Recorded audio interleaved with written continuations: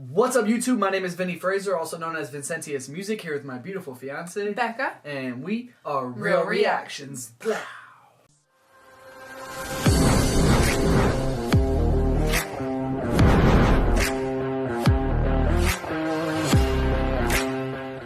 What's up, YouTube? Thanks for coming to our channel today. Real Reactions here, and today we're getting back into some atmosphere, man. Little Man.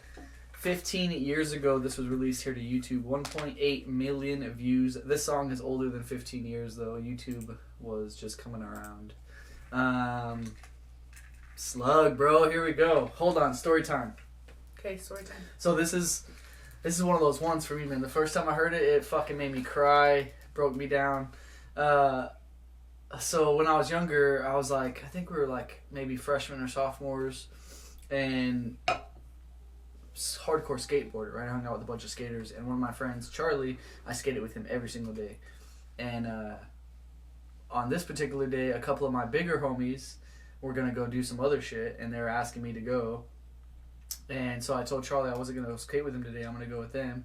And Charlie's like, you shouldn't be going with those guys. Like, you should just hang out with me and skate. He's like, they're up to no good. Yada yada. And so, anyways, come a little bit later in the evening, they hit me up and they're like, you know, basically told me I can't go, I'm too little. And I was like, I was frustrated, man. I wanted to go do some big shit, you know. And they're like, you too little. I'm glad I didn't go with them because the driver that night ended up going to prison. They made some really poor choices.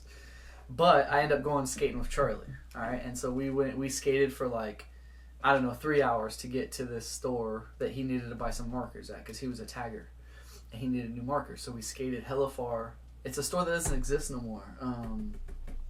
I'm just like picturing you like skating down these tunnels and like, yeah, on the highway and shit. We went far, dude. Hobby Lobby, that's the store we went to. oh, it still exists.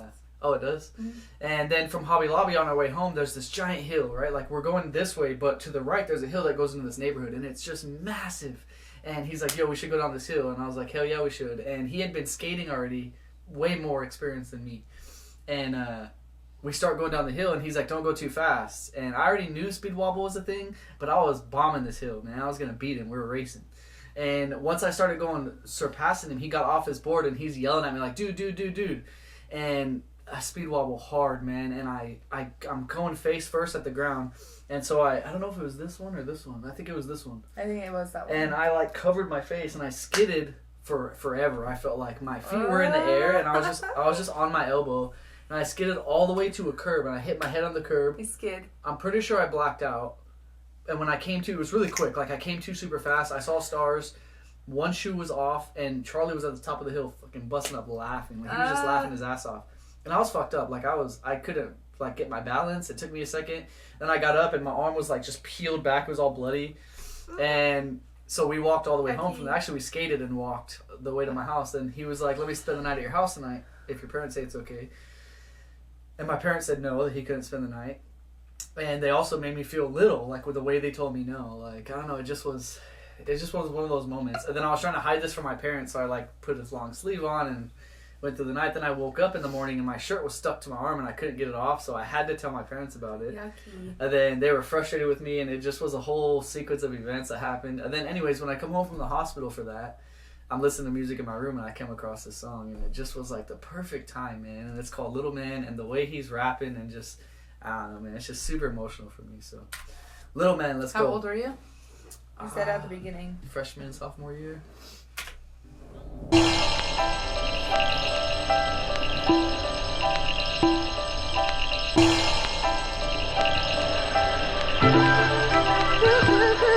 Dear Jacob, I won't take up too much of your time. I know you're trying to get your video game grind on, and that's fine. Just give me a second to empty my face before I hit the road again to go and win this paper chase.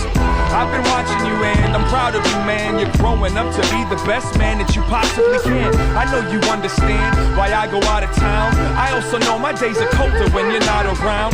Sometimes I wonder what it's like to be adapted to the fact that daddy never lived inside the same shack. And sometimes I get this pain in my stomach's pit. It's what I get. I'm convinced it's my punishment for those nights I got drunk and let go. This pain in my stomach, I'm convinced it's my punishment, bro. Oh, man, dude. Daddy never lived inside the same shack. That shit, Daddy never lived inside the same shack. Like, how many different ways can you say that, right? Like, it's just so dope the way they do it. Man, it's crazy because, like, Atmosphere was not something that I heard until, like, I really met you, right? I was so consumed in, like, Eminem and the big people that I wasn't really... Yeah, I mean, all the mainstream people. But I've listened to the song so many times. Like, Atmosphere is on the top of my Spotify playlist. Yeah. And that part right there takes me back. So, like, the hill that you go down to get to the fairgrounds, right there, right above Fred Meyer, there used to be this shack. And my dad lived in it. And I didn't see my dad because he was in and out of prison. He was doing all this stupid shit. So we lived in this trailer park down in Garden City. And he lived up in this little shack. And eventually, I don't know what happened. I think he got arrested out of it. The shack's not there anymore. Or the shack was there for a while, but they took, like, the sink and tiny things that were in it. But when I first heard that, I was like, man. I, like, paused it and I went back and I was like, damn, man. It's cool. Crazy. Yeah. Why I go out of town? I also know my days are colder when you're not around. Sometimes I wonder what it's like to be adapted to the fact that Daddy never lived inside the same shack. And sometimes I get this pain in my stomach's pit. It's what I get, I'm convinced it's my punishment. For those nights I got drunk and let go at some bar in some city with some people I don't know. For all the times that the lines on your face reminded me of the days before the dragonflies escaped. It trips me out how you pick up all my traits, from the way that you spit to the fists that you make. I watch the way you try to keep your mom happy. Daddy learned that from you. You're supposed to learn that from Daddy. That one hits me hard too, right? So, like, it's crazy that my dad wasn't around, yet my little brother Dylan is just so much like him. Like, I remember growing up and my mom being like, man, he even fucking walks like him. Like, everything, right? So he's saying that, like, I'm not even around, but it's crazy to see how much you're like me because I'm out here touring the world and treating mommy bad, but you're the one teaching me how to be a man. Yeah. Like, and I'm supposed to be doing that for you, but I come home and I see you doing all these amazing things for your mom. Yeah. And I feel like when my brother was a little kid, man, like, he was mommy's little boy, you know? And then all of a sudden something happened and then it was like their turns to buck up and get in each other's face, and then that was a toxic thing, right? And I'm glad that, I guess if he was around, would he be toxic? More toxic? Or, I don't know. It's just crazy. Crazy how much I can relate to this song. Way you try to keep your mom happy. Daddy learned that from you. You're supposed to learn that from Daddy. I can't teach much when it comes to women. I drive safe and slow, but don't know nothing about the engine. You're doing good, little man. That's all I really meant. I love you. You're my best friend. Thanks for listening. That shit hard, man. Right?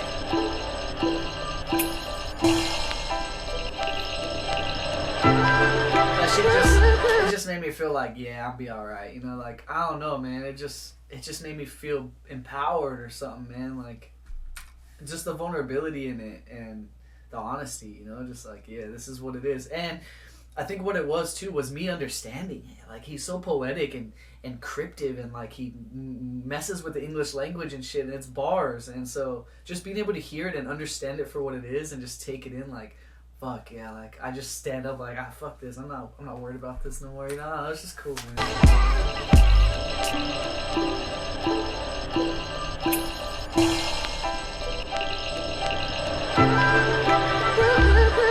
Dear Craig, what up, Bones? How it goes? Yeah, me, well, you know, same old. Sorry that the phone calls ain't too routine. Just been running around the globe trying to do my thing. Sometimes the weeks fly a little too fast, and sometimes I go to sleep a little too trashed. Other times I'm not sitting on enough cash, and other times today feels too much like the past. Sometimes at night I would watch y'all fight, a child wondering why your life just ain't all right. What's the violence about? Why is it in my house?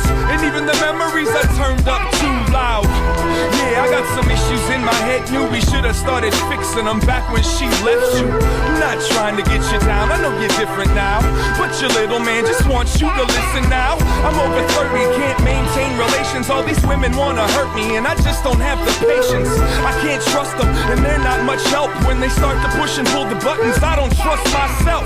What pride, fists, and words just might do. I'm afraid of my fate, don't wanna turn out like you. I've never hit a woman, I won't do coke, and for that alone I love you and I wanna thank you, old man. Yeah. Man, and then it's like he's talking to his dad, Yeah. right? So like he's talking to his son about how I wasn't there and I wish I could be a better father to you and all these things. But then he turns around and he talks to his dad about what he saw in his home and why there was violence and why there was this and that. So it's like also showing that the like generational trauma is like kind of fading through, even though he's not there for his kid, you know? Like, Yeah. it's And he's crazy. like, I've never hit a woman, but I haven't been it doesn't the best mean that dad these either. things I saw don't affect me today at my parenting. Exactly, man. Like, if that wouldn't have happened to me, what kind of father could I have been to my son, right? Exactly. Like, oh.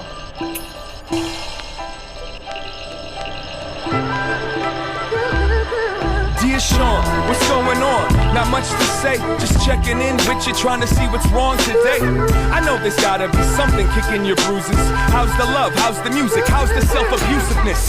Got a lot to lose. Now he's talking to himself, right? Because he's Sean. Your bruises. How's the love? How's the music? How's the self-abusiveness? Got a lot to lose. It's breaking your shoulders. So you let your paranoia place your bets for you. Too many cigarettes messing up your voice. Too many arguments trying to test your poise. The only women that love you are fans and family. Mom has no choice, but fans leave you randomly. No heavy rotation in any location. You're not ready to face that you have no steady vocation. Plus you're getting old, your raps are exhausted. Stop it. Everybody knows that you've lost it. Singing for these kids you don't know, when you should be at home with your own. Instead you're on your telephone fighting with your girl like it's you against the world. Another drunk hotel bedroom corner, curled up like a naked fetus. Come and save them, Jesus. Place them back in time before the Reaganomics and Adidas. Sometimes you're not impressed with the work you've done, and love isn't love if you didn't hurt someone. Your son says hi dad, your dad says what's up with me. I wanna thank you but I won't, I just say good luck. Such a good song.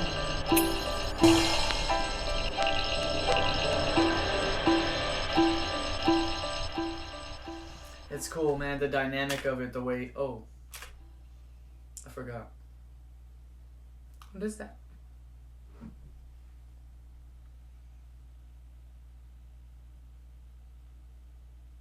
Is it just 2 minutes of nothing? Maybe it is. That's crazy. I thought there was a.